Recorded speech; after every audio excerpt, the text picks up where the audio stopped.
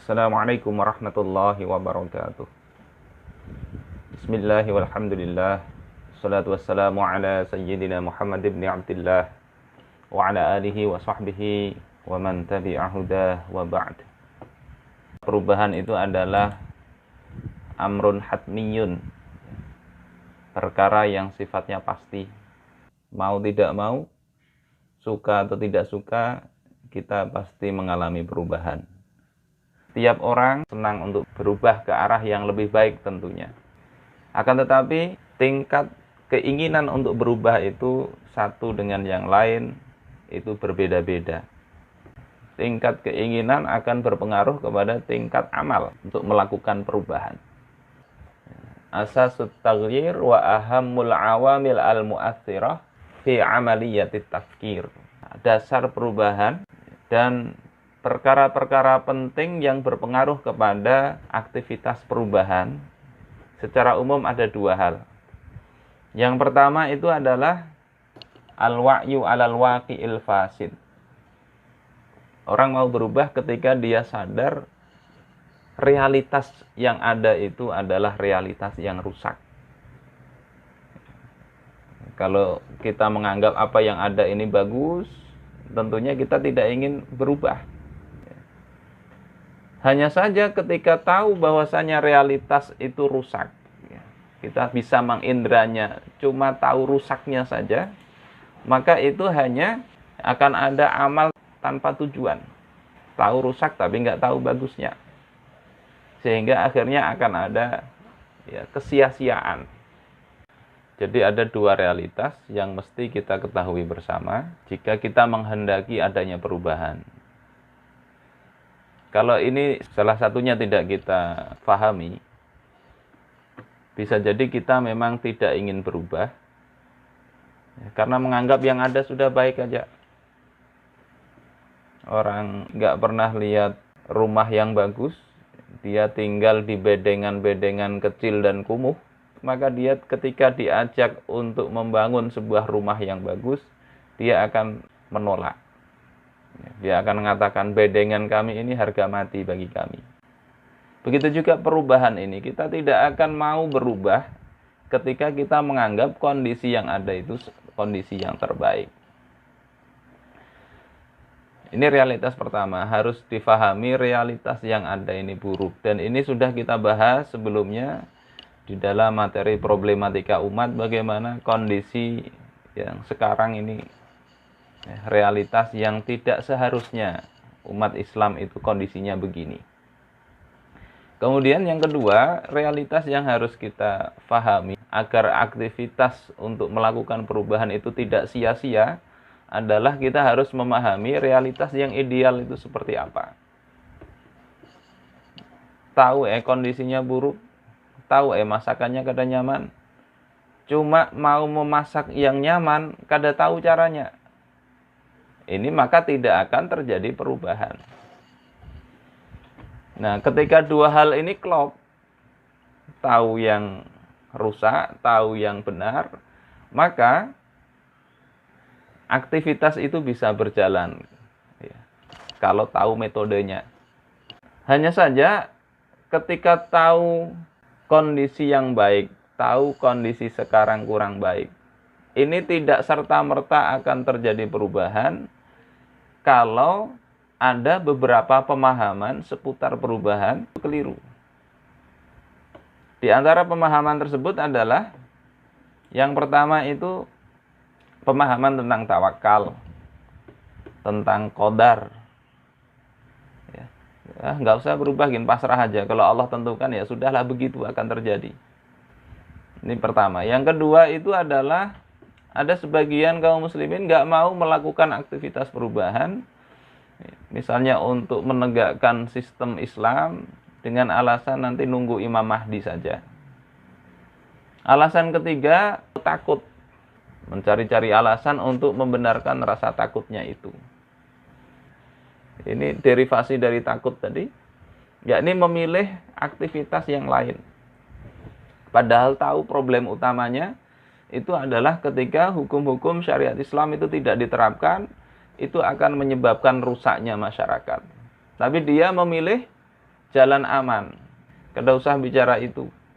Bicara khilafah nggak usah. Bicara penerapan Islam tidak usah. Kemudian yang berikutnya, menganggap ini memang kondisinya perlu diperbaiki. Kondisi ideal itu ada. Tetapi tidak mau melakukan perubahan karena apa? Banyak aja yang lain, ya.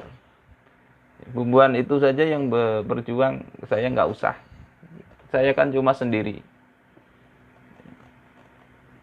Kemudian ada juga orang yang mengatakan ketika diajak melakukan perubahan, alasannya siapa sih tokohnya? Saya nggak mau berjuang kalau dipimpin orang yang bukan syekh besar. Beberapa kita lihat begitu. Siapa sih?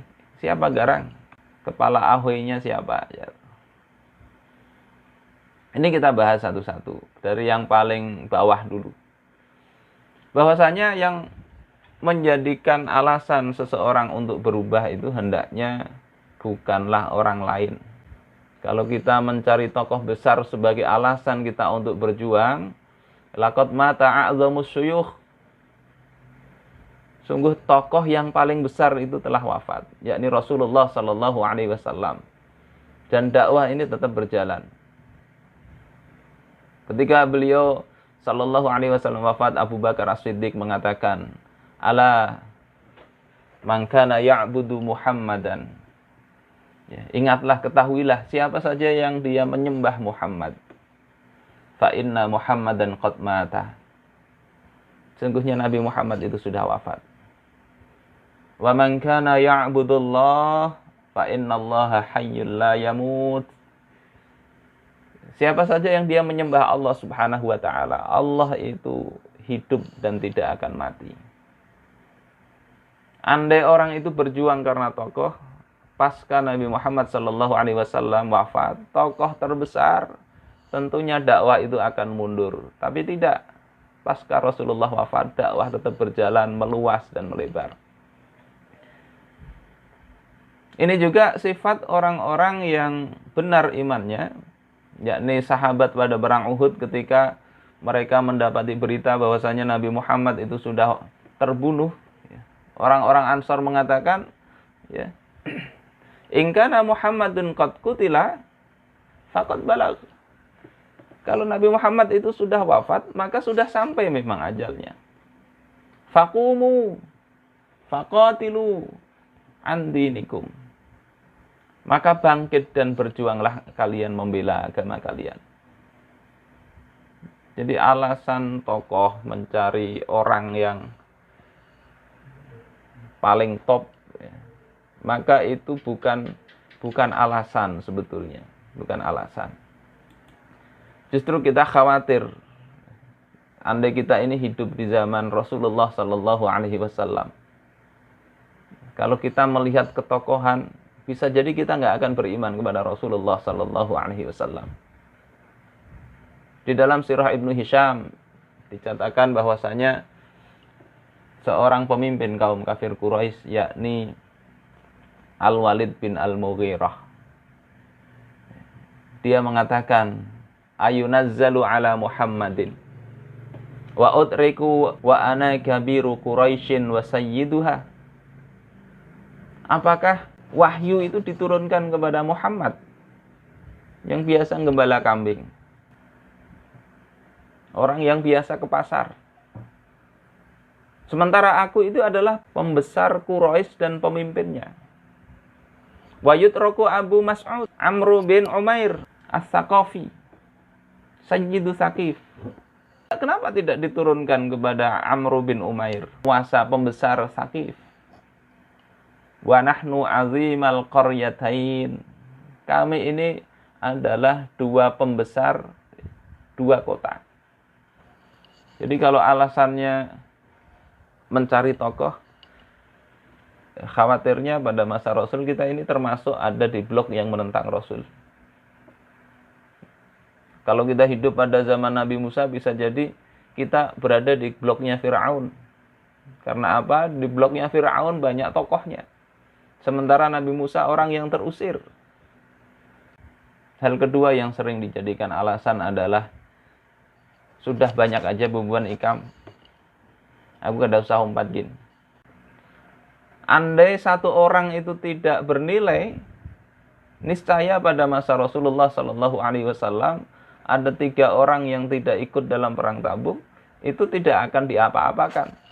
Tapi Rasulullah Shallallahu Alaihi Wasallam menghukum 3 orang tersebut. Untuk perkara yang ini perlu tenaga besar, perlu konsentrasi umat Islam, maka tidak bisa tidak harusnya tiap orang itu punya andil di dalam aktivitas perubahan ini. Alasan yang berikutnya adalah itu suatu yang berat. Kalau kita menjatuhkan diri dalam satu yang berat itu, maka ini sama dengan menjatuhkan diri di dalam kebinasaan. Kemudian didalili, la yambaghi lil mu'min ayyadhilla nafsahu. Tidak pantas seorang mukmin itu dia menghinakan dirinya. Mereka bertanya, ya Rasulullah, bagaimana menghinakan diri itu?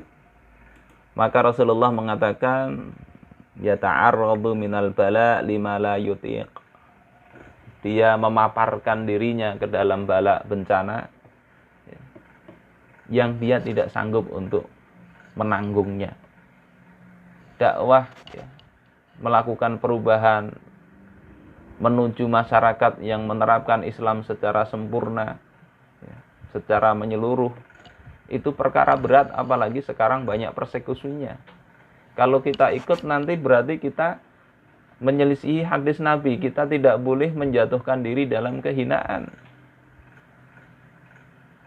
Sesungguhnya yang dimaksud oleh Rasulullah Shallallahu Alaihi Wasallam kehinaan itu adalah kehinaan ketika berdiam diri, bukan kehinaan ketika berarti melibatkan diri perkara yang susah nanti kena apa-apa, bukan begitu. Dalam hadis riwayat Imam Ibnu Majah beliau katakan isnaduhu sahih rijaluhu thiqat. Rasulullah mengatakan la yahkir ahadukum nafsahu. Janganlah seseorang dari kalian itu menghinakan dirinya. Sahabat bertanya, bagaimana kami bisa menghinakan diri kami itu ya Rasulullah? Maka Rasulullah mengatakan, yara amran lillahi alaihi fihi maqal. Dia melihat satu perkara yang di situ harusnya ada ucapan pembelaan dia.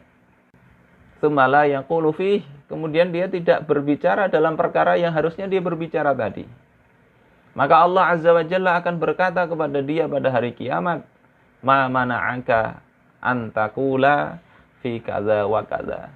Apa yang menghalangi engkau untuk berbicara dalam perkara ini demikian dan demikian?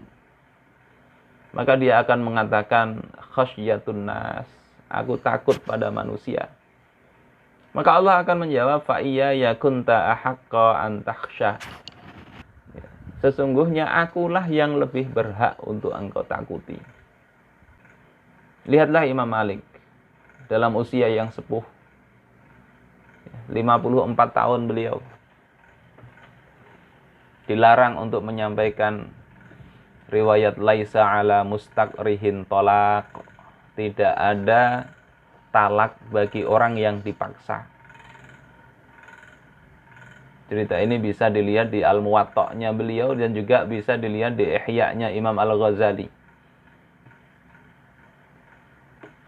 Dilarang menyampaikan itu. Ada latar belakangnya kenapa dilarang, yakni orang-orang menjadikan hadis ini untuk tidak taat kepada pemerintah. Kenapa tidak taat? Karena pemerintah memaksa mengambil baiat. Apa yang dilakukan oleh Imam Malik? Beliau tetap menyampaikan riwayat itu. Dan akibat yang ditanggung oleh penguasa Madinah, kemudian beliau diseret. Sehingga lengannya ini, tulangnya lepas dari persendiannya. Itu resikonya. Tapi tidak selalu resikonya begitu. Urusan seseorang itu ada di tangan Allah Subhanahu wa ta'ala. Dia sama-sama menyampaikan kebenaran. Seperti Imam Al-Hasan Al-Basri, berbeda nasib. Masih baik-baik saja beliau. Kemudian karena takut, bisa jadi orang mengatakan, oh wilayah dakwah kan banyak, saya milih yang lain saja. Ketika ada perkara Islam yang kemudian dijelekkan, maka kaum muslimin yang mengerti tidak boleh berdiam diri.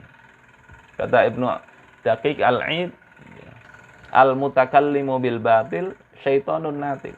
Orang yang berbicara dengan kebatilan itu adalah seperti setan yang bicara. Wasakitu 'anil haq syaitonun akhras. Orang yang diam dari mengatakan yang hak, padahal situ kondisi menuntut untuk mengatakan yang hak itu adalah laksana setan yang bisu. Jadi kita tidak bisa memilih-milih di dalam hal ini. Ini sikap yang seharusnya dimiliki oleh terutama para alim ulama yang dia mengerti yang hak dan yang batil.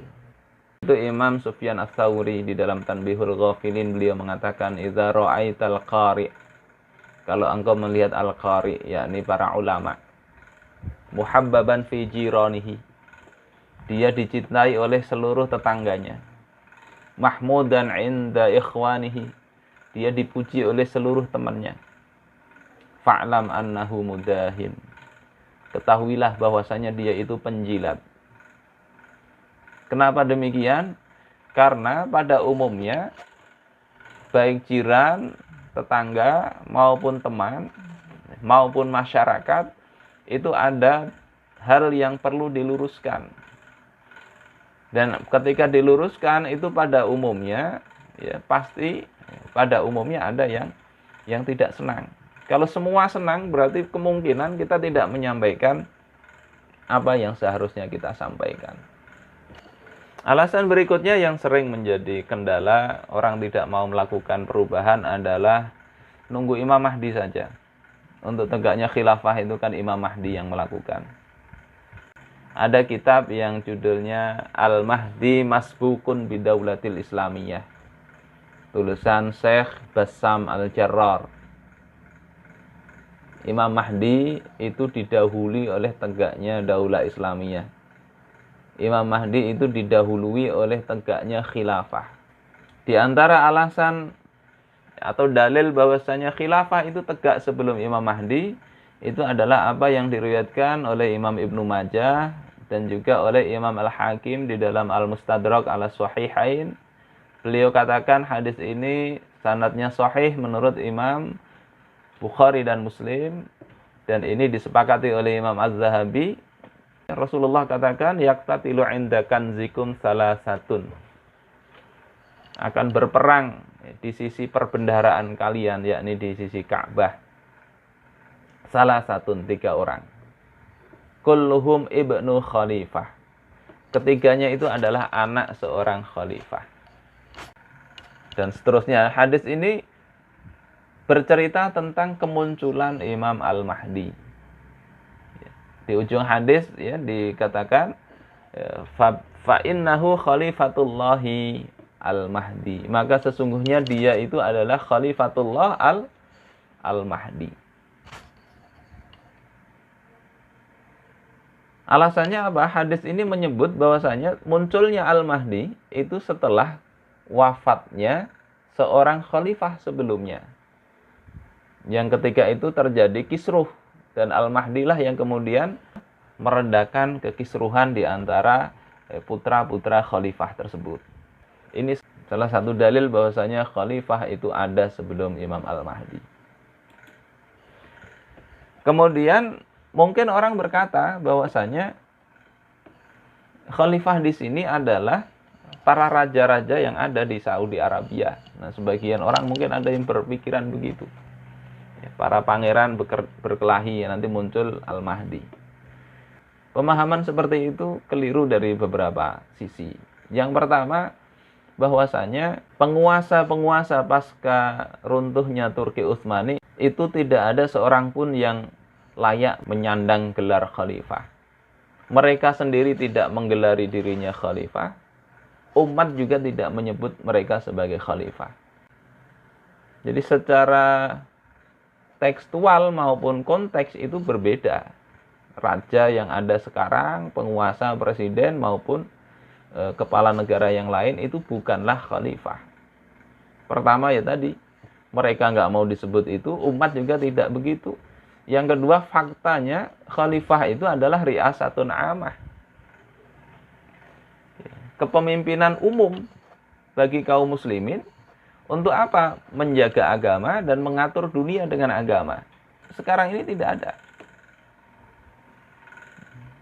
Tidak ada kepala negara yang mengklaim dirinya begitu, dan juga tidak ada umat atau ulama yang mengklaim begitu. Ya, kecuali mungkin segelintir orang-orang yang kacau, ya, sampai mengatakan Donald Trump juga khalifah. Nah ini itu di luar hitungan. Ini alasan pertama. Yang kedua, riwayat yang lain, ya, tentang kemunculan Al-Mahdi. Misalnya hadis Ummu Salamah, yakunu ikhtilaf inda mauti khalifatin. Akan ada ikhtilaf, pertentangan pada saat wafatnya seorang khalifah. Di saat itulah kemudian muncul Al-Mahdi. Alasan ketiga adalah hadis Hudzaifah bin Al-Yaman yang berbicara tentang takunun nubuwah. Sampai summa takunu khilafatan ala minhajin nubuwah. Bagaimana sisi pendalilannya? Di situ dikatakan summa takunu khilafah ala minhajin nubuwah. Kemudian Al-Mahdi itu disebut juga sebagai khalifah.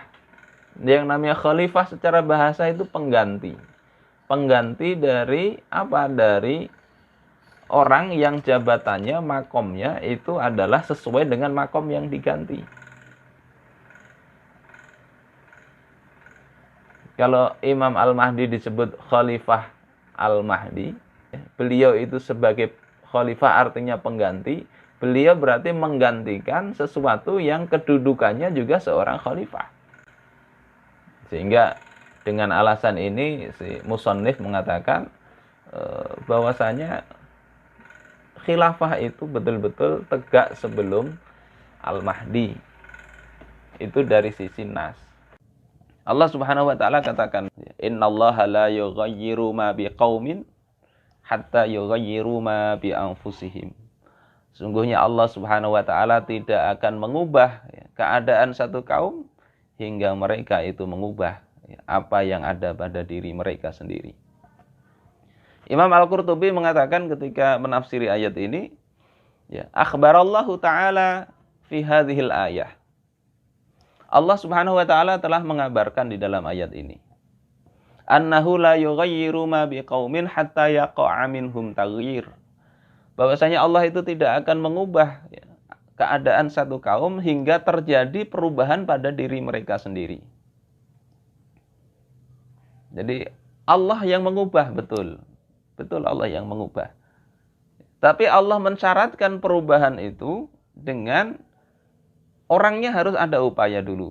Ketika Maryam alaihissalam dalam kondisi perut yang besar, kesakitan, akan melahirkan, lapar, bersandar di bawah pohon kurma. Apa yang diperintahkan Allah Subhanahu wa taala kepada Maryam? Allah katakan wahuzzi ilaiki bijiz'in nakhlah. Goyangkanlah pokok ya atau batang kurma tersebut. Tusaqit alaiki rutaban janiyah, maka akan jatuh kepada engkau kurma yang matang. Di mana logikanya ini? Orang dalam kondisi begitu, yang sehat saja suruh menggoyang pohon kurma, itu tidak akan jatuh. Ini menunjukkan bahwasanya dalam kondisi sulit sekalipun Allah Subhanahu wa taala tidak menginginkan orang itu sekedar berpangku tangan. Sebagaimana juga ketika Musa alaihissalam dikejar Fir'aun sampai di tepi laut nggak ada jalan lagi. Allah Subhanahu wa taala katakan idrib bi aswakal bahr. Pukulkanlah tongkat engkau itu ke laut. Yakni ada peran Musa di situ. Tidak semata-mata Allah langsung bukakan laut, tidak. Tetapi Allah menghendaki ada usaha di dalam merealisir apa yang kita inginkan. Siapa yang jadi pelaku ini? Imam Al-Qurtubi mengatakan imma minhum. Bisa jadi yang berubah itu seluruhnya. Dari mereka semua berubah. Au minan nadhiri lahum. Ya, atau perubahan itu dari penguasanya. Kepalanya berubah, ke bawahnya ikut berubah. Bisa jadi begitu. Au mimman huwa minhum bisababin. Atau dari sebagian mereka dengan suatu sebab perubahan, ya, sebagian aja yang berubah, yang terjadi perubahan. Kama ghayyarallahu bil munhazimina yauma Uhudin bisababi taghyirir rumah bi anfusihim. Sebagaimana Allah Subhanahu wa taala telah mengubah kemenangan pada perang Uhud itu menjadi kekalahan. Karena apa? Perubahan pada diri pemanah. Pemanah saja yang berubah sikapnya, berubah pikirannya, dia meninggalkan bukit. Yang harusnya dia menjaga agar musuh tidak menyerang dari belakang, akhirnya ditinggalkan. Khalid melihat itu posisi kosong, berputar, ya, menyerang kaum muslim dari belakang. Oleh sebab itu ketika kita bicara perubahan, maka hendaknya kita sadar bahwasanya upaya itu perlu. Tidak serta-merta begitu saja. Itulah memang keinginan Allah begitu. Kehendak Allah Subhanahu wa taala agar perubahan itu ketika mau terjadi, ya 3 hal yang perlu kita perhatikan. Bisa jadi itu karena seluruh rakyat, bisa jadi karena sebagian rakyat, bisa jadi karena pemimpinnya. Terakhir yang ingin ulun sampaikan adalah bahwasanya himmah para siddiqin itu adalah himmah untuk bagaimana mereka menjalankan ketaatan kepada Allah Subhanahu wa taala. Berbagai macam uzur, berbagai macam halangan, mereka akan upayakan untuk dilalui uzur dan halangan itu. Misalnya Amru bin Al-Jamuh, yang kakinya pincang, datang kepada Rasulullah mau ikut perang Badar. Dibujuk anak-anaknya supaya nggak usah ikut perang, kan orang pincang. Laisa 'alal a'ma harajun wala 'alal a'raji haraj. Tidak ada dosa bagi orang buta dan juga orang yang pincang sekali untuk tidak ikut berjihad bersama Rasul. Perang Badar akhirnya nggak ikut. Cuma keinginan beliau untuk berperang ini, berjihad di jalan Allah, tidak bisa dihalangi. Perang Uhud datang, beliau kerinduannya menyeruak. Oleh anak-anaknya, nggak usah ini, oleh Allah dikasih izin, dikasih uzur. Apa kata Amr bin Al-Jamuh? Dia datang kepada Rasulullah, ya Rasulullah, aku ingin dengan kaki pincangku ini aku memasuki surganya Allah Subhanahu wa taala. Akhirnya oleh Rasulullah diizinkan. Dan dia berdoa, ya, waktu perjalanan perang, ya Allah, jangan engkau kembalikan kepada keluargaku. Ini Amr bin Al-Jamuh. Ada lagi sahabat namanya Ibnu Ummi Maktum. Pada masa Rasulullah nggak diizinkan ikut berjihad. Ya. Beliau buta. Tapi pada masa setelah Rasulullah, ya, beliau tetap menginginkan, ya, kerinduan untuk berjuang di jalan Allah Subhanahu wa taala. Hingga pada perang Qadisiyah beliau itu ikut. Dengan alasan apa? Paling tidak aku akan menambah jumlah kaum muslimin supaya kelihatan banyak.